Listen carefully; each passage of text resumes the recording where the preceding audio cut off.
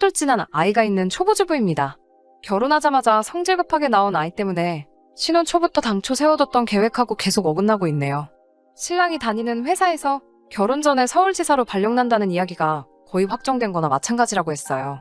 그래서 없는 돈 끌어모아 신혼집은 서울에 구해놨는데 무슨 일인지 아직도 감감무소식이라 단 하루도 제 집에서 지내본 적이 없네요.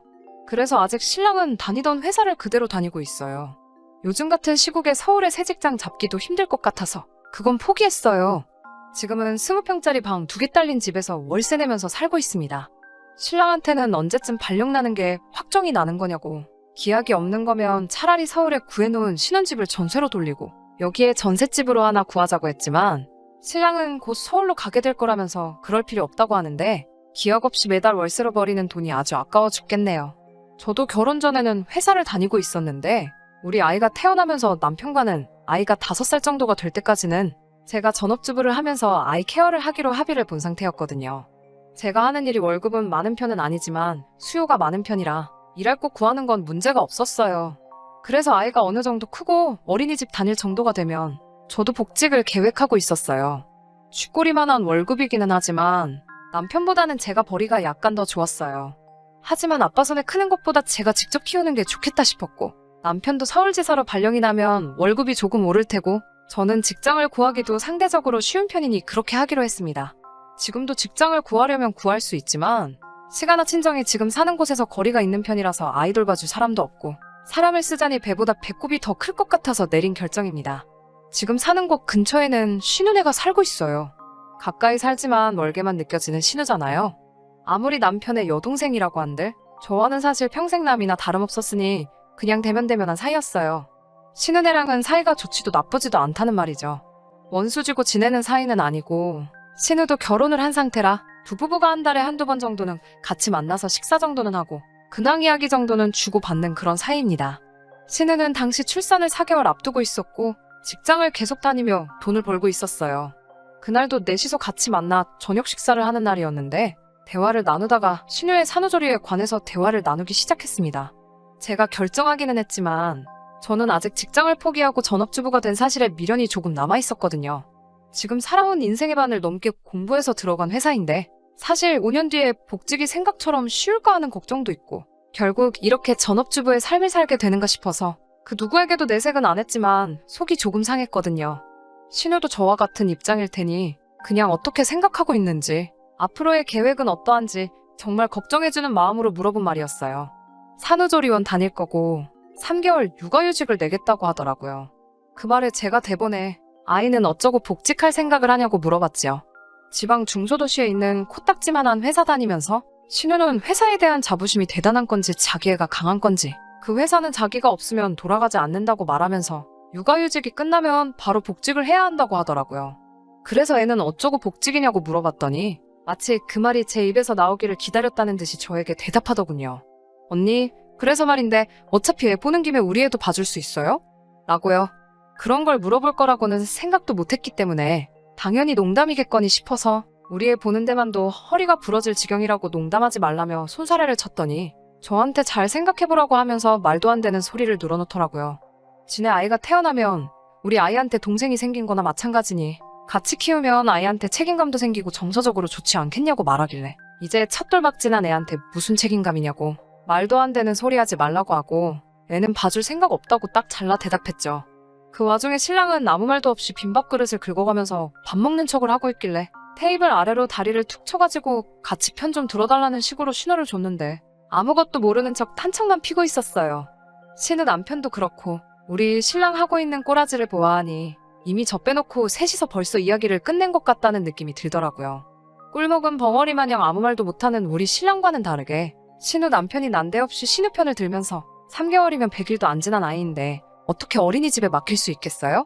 하면서 거들더군요. 그래서 제가 서방님, 저는 어떻게 믿고 100일도 안 지난 아이를 맡기세요?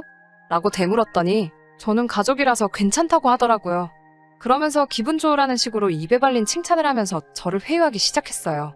언니라면 믿고 맡길 수 있다. 언니같이 배운 여자가 아이를 돌봐주면 아이 정서에도 좋을 것 같다. 뭐 이런 식으로 설득하듯이 자꾸 강요를 하길래 돈 줄 것도 아니면서 자꾸 무리한 부탁을 하냐고 한마디 했습니다.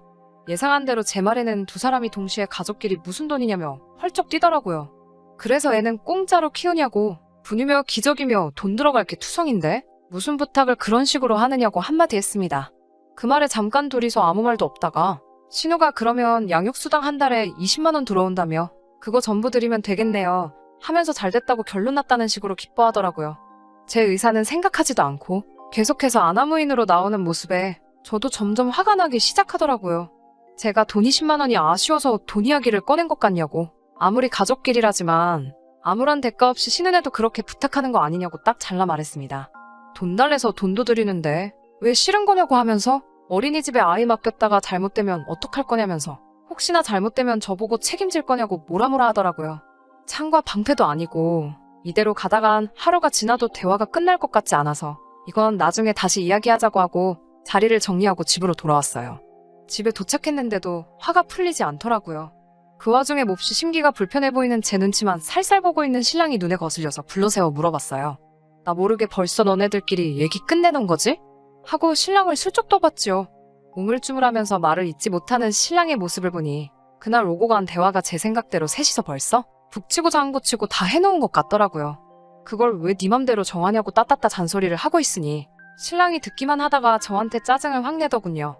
어차피 제가 집에서 애 보는 거 말고 하는 일도 없다는 식으로 짜증을 내더니 딴 사람도 아니고 자기 여동생이라고 이참에 제가 애를 봐주면 저랑 신은혜랑도 사이가 돈독해질 거고 거기에 더불어 돈까지 준다는데 못할 게 뭐가 있냐며 그 자리에서 그렇게 단호하게 나오면 매제랑지 여동생 앞에서 자기 체면은 뭐가 되냐고 하면서요.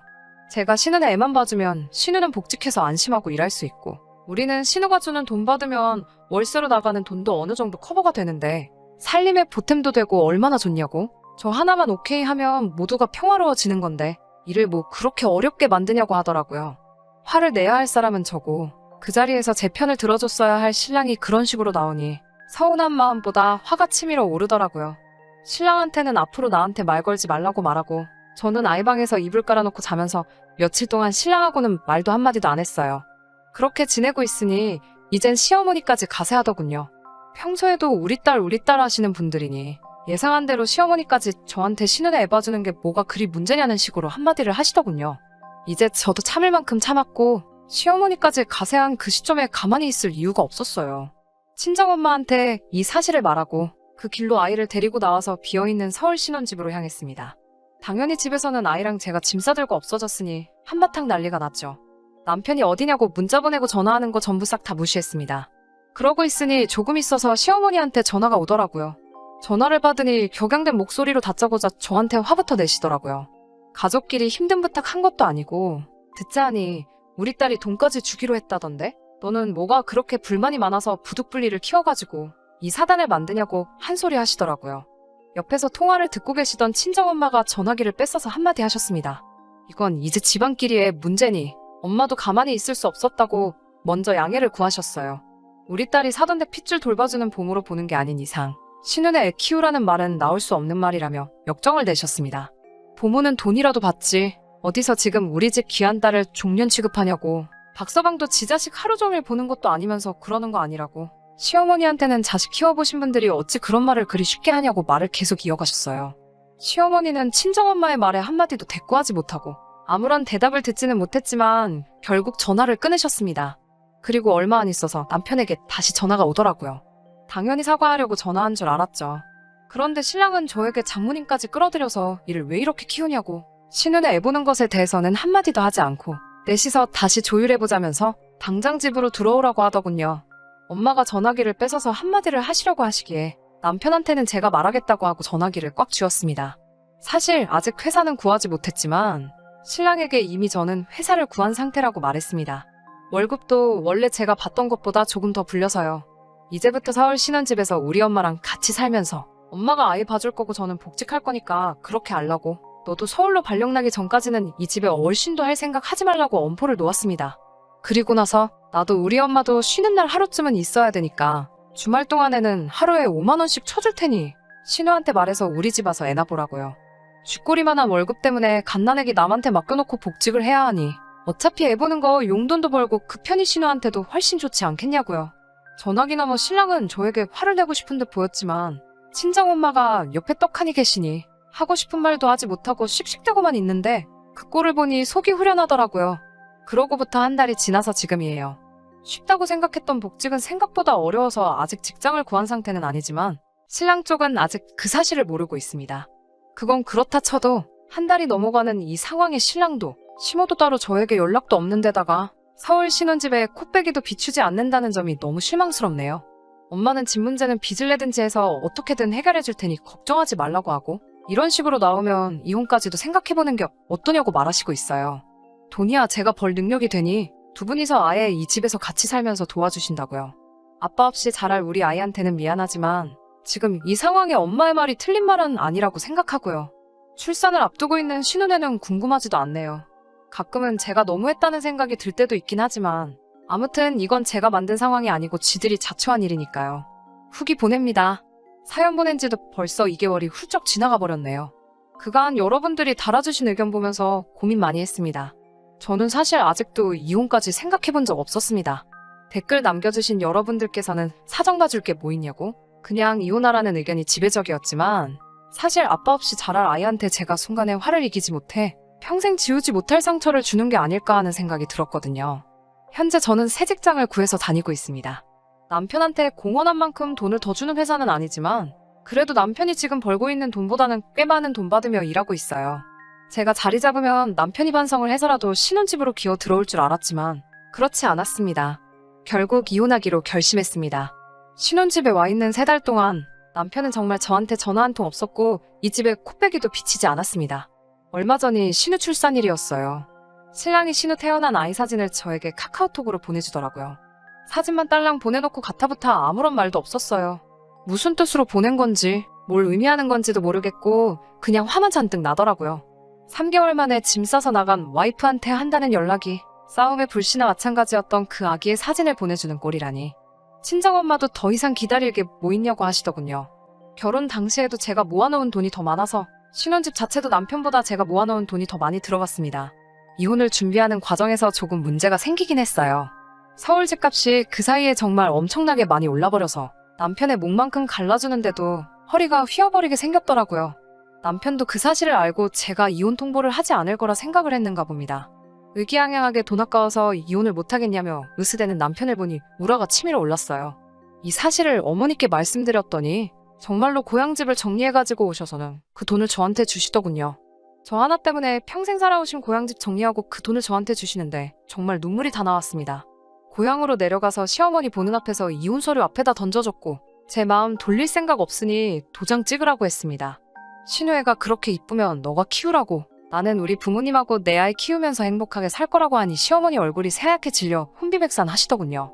아이의 경우는 제 직장이 더 탄탄하고 교육 인프라가 더 잘 되어 있으니 변호사님 말로는 양육권은 저에게 있을 거라 하시더군요. 그 사실을 아시고는 얼마 전까지 저보고 하나 키우는 거 같이 키우면 어디가 덧나냐고 하시던 시어머니도 장손 뺏긴다는 생각에 제 눈치를 보면서 남편한테 빨리 사과하라고 난리도 아니었어요. 진작에 이렇게 했어야 하는 것을 3개월이나 시간을 끌었다는 게 정말 스스로가 다 한심하네요. 좋은 의견 나눠주신 여러분들께 우선적으로 감사의 말씀을 드리고 싶습니다. 신우애 키워주며 식모살이하는 결혼 생활보다 부모님하고 새로운 삶의 터전에서 아이와 함께 살아가는 행복한 이혼녀가 되는 게 훨씬 낫겠네요. 앞으로 저희 가족들한테 행복한 일만 가득하면 좋겠습니다. 의견 나눠주신 분들께 다시 한번 감사의 말씀 드리겠습니다.